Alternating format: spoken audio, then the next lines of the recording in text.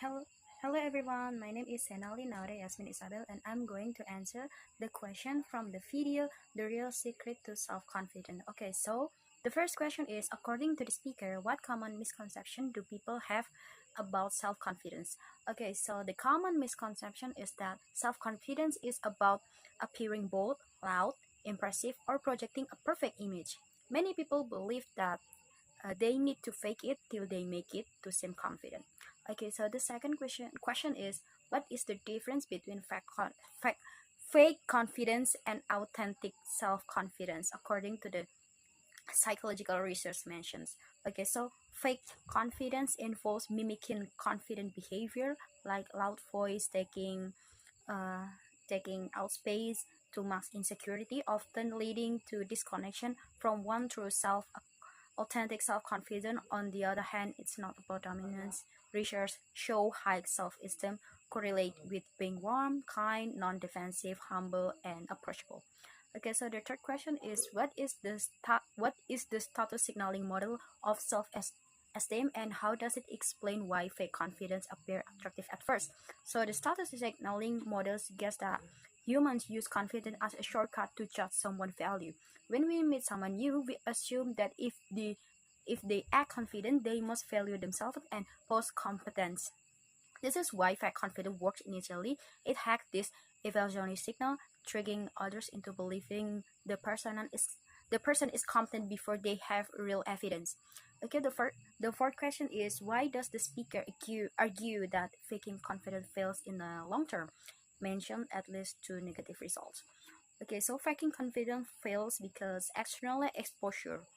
Over time, people getting more information. If your behavior doesn't match your reality, you risk being seen as dishonest or inauthentic, which push people away. And then internal damage, it creates an internal mismatch between behavior and reality, leading to feeling of disconnection, anxiety, desperation, or regret. And then the fifth question is, what characteristic do people with genuine self-confidence tend to show based on research? So instead of being dominant or arrogant, genuinely confident people tend to be warm, kind, non-defensive, willing to smile, humble, and approachable. They focus on having healthy, fulfilling relationship rather than dominating others. And then sixth question is, what is the chocolate cake effect, and how does it relate to narcissism and attraction? Okay, so the chocolate cake effect explains that narcissistic or those taking extreme confidence are like chocolate cake. They are very appealing and sweet at first glance, giving an initial rush of attraction. However, just like eating too much cake make you sick, their narcissistic appeals fade quickly over time because they lack warmth and empathy, eventually causing regret in those who date or befriend them. And then the seventh question, how does the speaker define self-confidence through the concept of self-fidelity? So he defines self-confidence as self-fidelity, faithfulness to the self. It means knowing who you are and owning it. Regardless of external validation, it involves acting in alignment with your true feelings and value, such as speaking up when something bothers you or admitting when you are unsure rather than trying to impress others. And then the A question, according to the research, why does authenticity creeps deeper and healthier relationships? Authenticity builds trust and safety, honest and trustworthiness.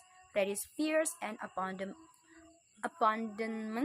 or manipulation. Furthermore, believing a partner is authentic leads to greater relationship satisfaction and less conflict because partner feel connected to the real person, not a mask.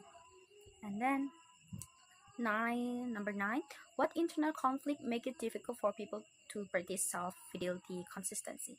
So the conflict is between the need for authenticity that and the need for acceptance. So humans naturally fear that if they show their true self, including flaws, they may lose the connection, love, or approval for others.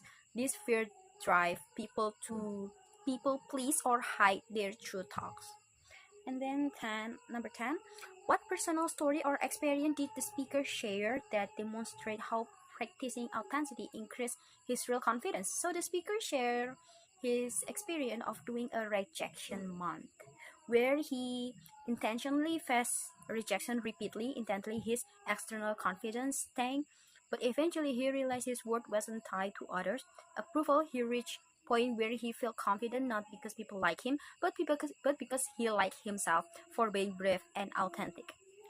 Okay, so we reached the reflect question personal for myself. So um the first question is, do you think the speaker advice could help college student in Indonesia?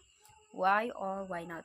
So I will say yes, because students often feel immense pressure from family and society to appear successful or perfect.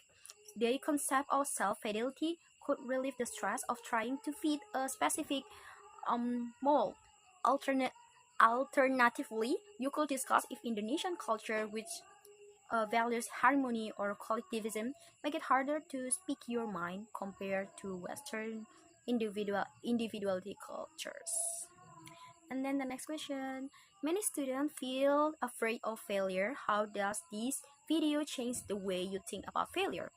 Okay, so uh, I think this video suggests that failure is like getting rejected, isn't a reflection of your worth. If you practice self-fidelity, a valor is not just an external event, not an internal flaw. The speaker's rejection month story proves that surviving failure actually builds stronger confidence than avoiding it. And then, have you ever avoided doing something because you were scared of being judged? And what happened? Okay, so I think of a specific moment. Um, I have that, and I'm in a lecture. I'm joining a competition related to the video point about the conflict between acceptance and authenticity. And then the fourth question, the speaker talks about self-doubt. What strategy have helped you manage negative talk anxiety in your academic life? Okay, so I think it's because I learned to be not caring anymore. I not care about people talking about me as soon as they not affect my life.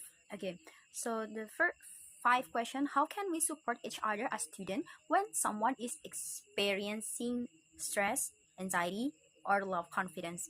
Okay, so based on the video, being warm and non-defensive is a sign of confidence.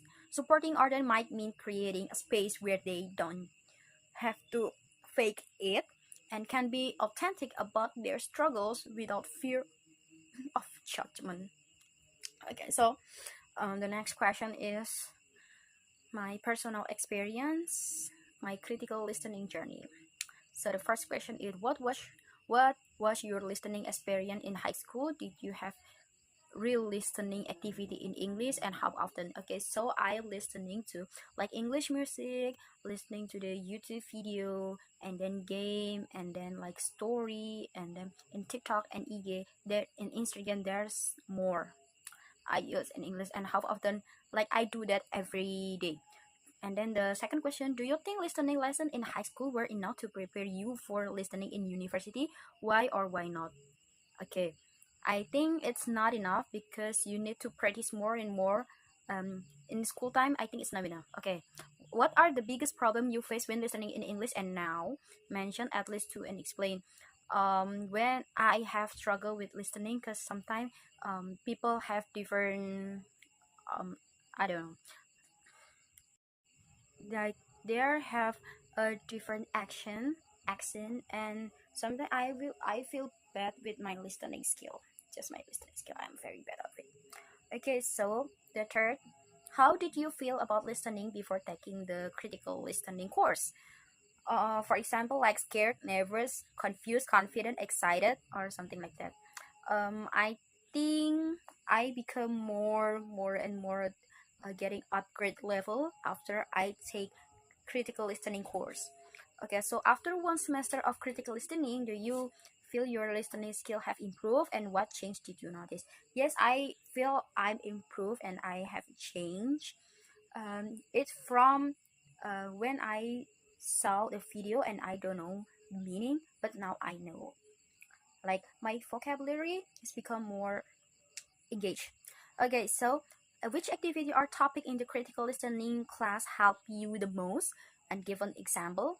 When we are watching the video time to time, and we know the listening of people like that.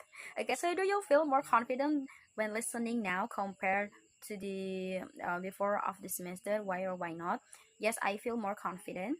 And how this course help you deal with fear of failure, anxiety, or the being of failure of being judged when listening or speaking? I think that everyone. I think it's because I changed myself to become more not caring about people judge, because I don't know.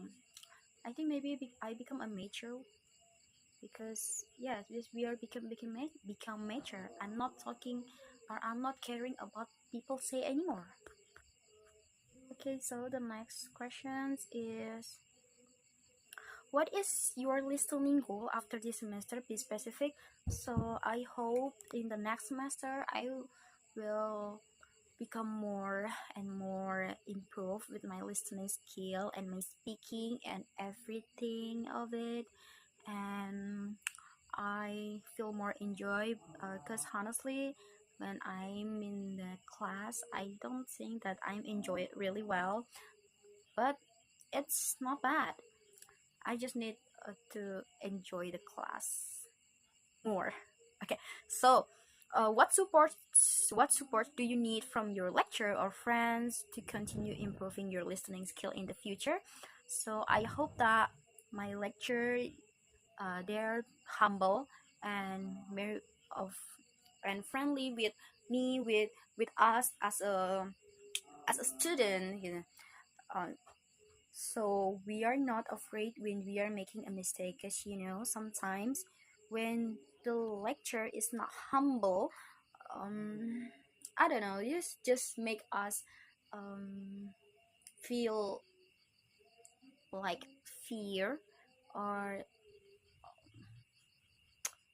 yeah, something like that. Yeah. Okay, and friends, I hope that my friends is more supporting, more enjoy with me. We are, I hope, yeah, I just hope like that. Okay, so that's um my answer from this video. I hope it's specific and anything. Thank you for watching, and I see you in the next meeting. Bye bye.